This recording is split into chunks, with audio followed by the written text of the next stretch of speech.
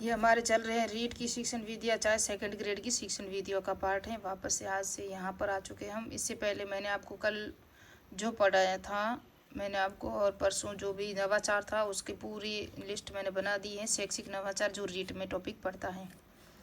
और कल मैंने जो महाजनपद पूरा मैप से बताए हैं, 16 महाजनपद जो क्या क्या थे, कहाँ पर थे और उनके शासक कौन कौन से थे और कौन से राज्य में थे। आज हम पढ़ेंगे सामाजिक शिक्षा के गुण पढ़ेंगे और इनके कुछ परिभाषाएं, ड्रेयर ने कितने भागों में बांटा है गुणों को, किस कौन सी पुस्तक में बताया है वो भी देखेंगे। और ये भी पढ़ेंगे सामाजिक अध्ययन की शिक्षण विधियाँ, जिसमें से ये आप देख सकते हो शिक्षण की परिभाषाएं वगैरह, शिक्षण की प्रकृति पढ़ेंगे और शिक्षण सूत्र पढ़ेंगे। आज टॉपिक इतना बड़ा मुश्किल से होगा, ये भी कंप्लीट करने की कोशिश करूँगी, क्योंकि शिक्षण के सिद्धांत भी है, शिक्षण की अवस्थाएं भी है, शिक्षण के सिद्धांत भी है, लेकिन आज इतना तक नहीं हो सकेगा। इससे पहले वीडियो में मैंने क्रियात्मक उद्देश्य वगैरह बताए थे, ब्लूम का वर्गीकरण बताया था आपको, ब्लूम का ईसीजी, सिम्पस, RH दवे के जितने भी वर्गीकरण थे वो सब मैंने बताए थे। और मैगर, मिलर, इन सब की विधियों का भी आपको, क्रियात्मक उद्देश्यों में जो जो लिखने की क्या क्या विधि थी, क्या क्या विकास था, वो सब मैंने पढ़ाया हुआ है नेक्स्ट पार्ट में। आज के पार्ट में हम सामाजिक अध्ययन के कुछ ये पॉइंट रह गया था, उसके बाद ये यूनिट भी पूरी हो जाएगी। तो सामाजिक पहलू व सामाजिक आवश्यकताओं की जानकारी होनी चाहिए। किसको? शिक्षक को, टीचर होता है ना, उसको सामाजिक पहलू और सामाजिक आवश्यकताओं की जानकारी होनी चाहिए।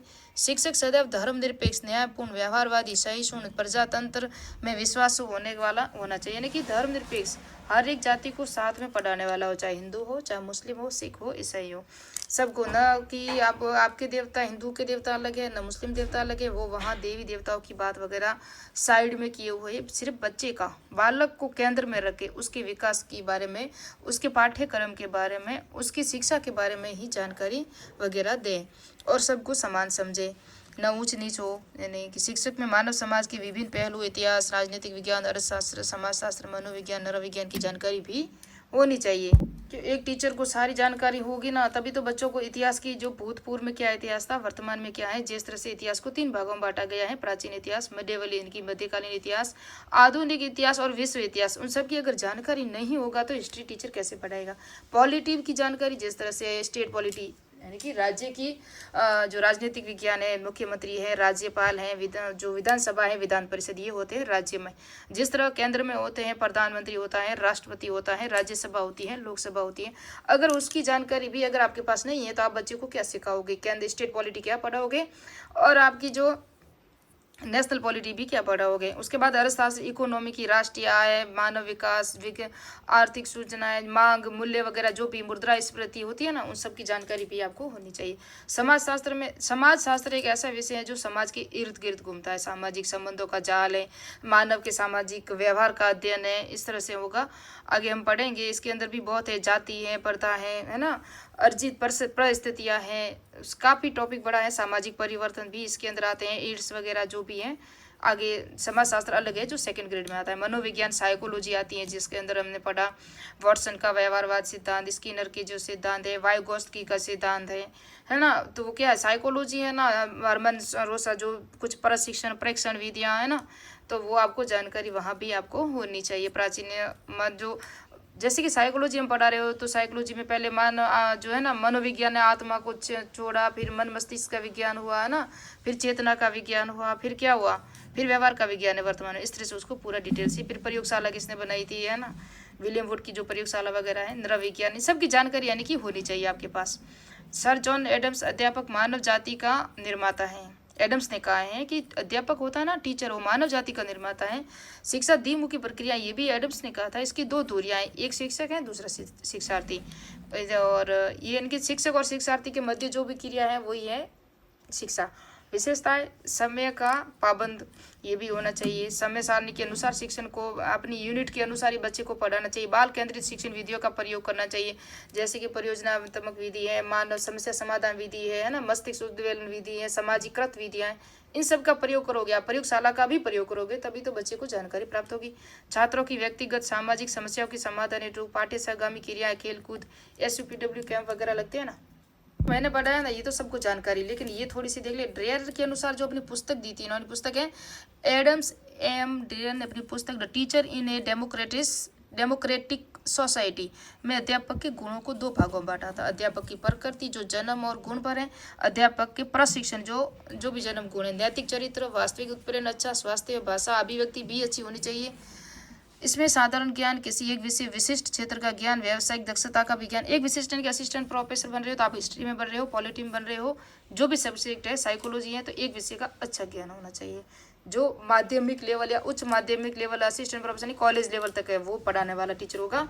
उसको एक सब्जेक्ट जो सब्जेक्ट है, जैसे कि हम SST के पढ़ रहे हैं ना, रीट सेकंड लेवल SST, तो SST पे आपकी अच्छी कमान होनी चाहिए, आपको सबकी जानकारी होनी चाहिए। उसी तरह से कह रहे हैं ये। एडवर्ड पेसन स्मिथ ने कहा, निष्पक्षता, समता, आदर्शों के प्रति कर्तव्य प्रणायना, विश्वसनीयता पैदा करने की क्षमता, सुसंस्कृत चार्टर्स की, Commonwealth the teacher and training study, ये चार्टर्स की है, किसकी है, चार्टर्स है, उसकी पुस्तक है दी कॉमनवेल्थ, मुझे ये आ गया, कॉमनवेल्थ गेम है ना, उसकी मेजबानी भी भारत को मिली है, आपको पता हो तो 2030 या 2029 में भारत कॉमनवेल्थ गेम है ना, उसका आयोजन करेगा, पहली बार मिली है ये। दी कॉमनवेल्थ टीचर ट्रेनिंग स्टडी, ये तो पुस्तक है जिसके 1929 में दी थी ये चार्टर्स ने, इसका नाम है चार्टर्स। अध्यापक के 25 गुण बताए थे इन्होंने, और 1930 में एस बर और इस इमसन ने क्रम निर्धारण माप द्वारा पद्धति द्वारा सफल अध्यापक को गुण बताए। 1946 में अमेरिकी शिक्षा परिषद, कौन है 1946 में अमेरिकी शिक्षा परिषद, VT महोदय ने 1947 में, वह विद्या अध्यापक जिसे ने मुझे सबसे अधिक सहायता दी है, प्रश्न 12,000 उत्तरों से जो गुण प्रकट हुए हैं, VT महोदय ने कहा है, उन्होंने किसी का पर्यवेक्षण किया था, उसके अनुसार उन्होंने कहा है कि 12,000 उत्तरों से जो गुण प्रकट हुए हैं, सहयोगपूर्ण, प्रजातांत्रिक दृष्टिकोण, सुकुमारता और धैर्य, अध्यापक, अच्छा रूप, शिष्टाचार, न्यायप्रियता और निष्पक्षता, हास्य प्रवृत्ति, मधुर स्वभाव, ये सब गुण होने चाहिए। यानी कि सरल और धैर्य के साथ वाला टीचर होगा वो ही एकदम अच्छा टीचर होगा। अपने वो सब्जेक्ट पे अच्छी कमान तो होगी, उसको वो सहयोगपूर्ण होगा ही बच्चों का, हर तरफ से जो होता है वही, यानी कि गुण बताए इन्होंने VT महोदय ने टीचर के तो गुण हम सब जान सकते हैं, क्योंकि हम भी टीचर बनने जा रहे हैं। लेकिन अब हम पढ़ते हैं सामाजिक अध्ययन की शिक्षण विधियाँ, जिसके अंदर पहले शिक्षण पढ़ेंगे, फिर शिक्षण की जो विशेषताएं पढ़ेंगे। पहले माध्यमिक शिक्षा आयोग 1952-53 में शिक्षण विधियाँ विद्यार्थियों की रुचि और आवश्यकताओं के अनुसार होनी चाहिए। आप बच्चे को जो पढ़ा रहे हो ना, उनकी रुचियों का आपको पता होना चाहिए।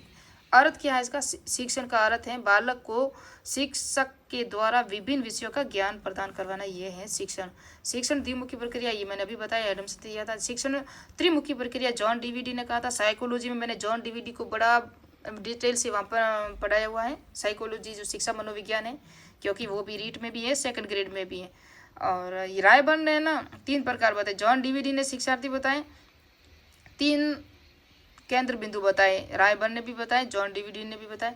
तो शिक्षक, शिक्षार्थी और पाठ्यक्रम, जो पाठ्यक्रम है ना सिलेबस, वो भी इन्होंने बताया। जबकि शिक्षक शिक्षार्थी एडम्स ने बताए थे 2 प्रकार, तो त्रिमुखी प्रक्रिया, जबकि 3 डीवीडी और रायबर्न ने तीनों प्रकार बताए हैं। शिक्षण की परिभाषा गेज के अनुसार दूसरे व्यक्ति के व्यवहार की वांछित परिवर्तन लाना, रॉयंस के अनुसार दूसरे को सीखने के लिए दिशा निर्देश देने, अन्य प्रश्नों को निर्देशित करने की प्रक्रिया, स्मिथ के अनुसार उद्देश्य निर्देशित करना, क्लार्क ने कहा है इसमें प्रारूप और संचालन की व्यवस्था इसलिए की जाती है कि छात्रों के व्यवहार में परिवर्तन लाना। मैं इतना ही शॉर्ट कर रही हूँ कि इससे शॉर्ट हो ही नहीं सकता, इतने शॉर्ट से मैं आपको नोट्स दे रही हूँ। अब है शिक्षण की प्रकृति एवं विशेषताएं। इसका आधार क्या है, मनोविज्ञान है। शिक्षण अधिगम की क्रिया को प्रभावशाली व्यवस्थित बनाता है। शिक्षण के प्रमुख 2 अंग है, सीखने वाला और सिखाने वाला। सीखने वाला कौन होता है, विद्यार्थी, सिखाने वाला टीचर।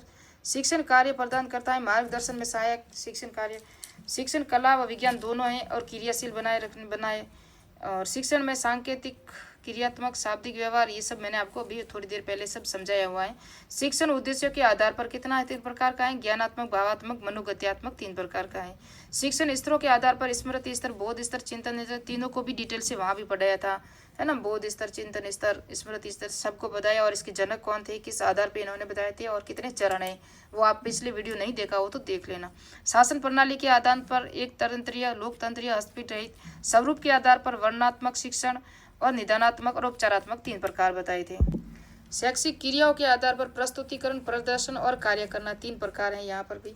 शैक्षणिक व्यवस्था के आधार पर औपचारिक और निरौपचारिक, ये तो सभी के प्रकार हैं। अब शिक्षण सूत्र, ज्ञात से अज्ञात की ओर, सरल से जटिल की ओर, ये रट लेना आप, स्थूल से सूक्ष्म की ओर, और 3 सूत्र तो ये हो गए। विशेष से सामान्य की ओर, अधिगम अनुभव से तर्क की ओर, पूर्ण से अंश की ओर, और अनिश्चित से निश्चितता की ओर, विश्लेषण से संश्लेषण की ओर। ये सभी शिक्षण सूत्र हैं। इंद्रियों पूर्व तर्क पूर्ण कर्म और त्याग कर मनोवैज्ञानिक कर्म की ओर, और इंद्रियों के प्रशिक्षण द्वारा शिक्षित करने की और शिक्षण की अवस्थाएं जो 3 है, किसने बताई थी? जैक्सन ने बताई थी। पूर्व क्रिया अवस्था, अंत क्रिया अवस्था, उत्तर क्रिया अवस्था, इसको नेक्स्ट में पढ़ेंगे। और शिक्षण सूत्र जितने मैंने नाम बताए ना, उनको डिटेल में नेक्स्ट पार्ट में भी पढ़ेंगे, है ना। और शिक्षण सिद्धांत भी पढ़ने हैं। तो मिलते हैं नेक्स्ट पार्ट में, नेक्स्ट वीडियो में। मेरे चैनल को सब्सक्राइब कीजिए। रीड सेकंड ग्रेड दोनों के लिए वेरी इंपॉर्टेंट है शिक्षण विधियाँ।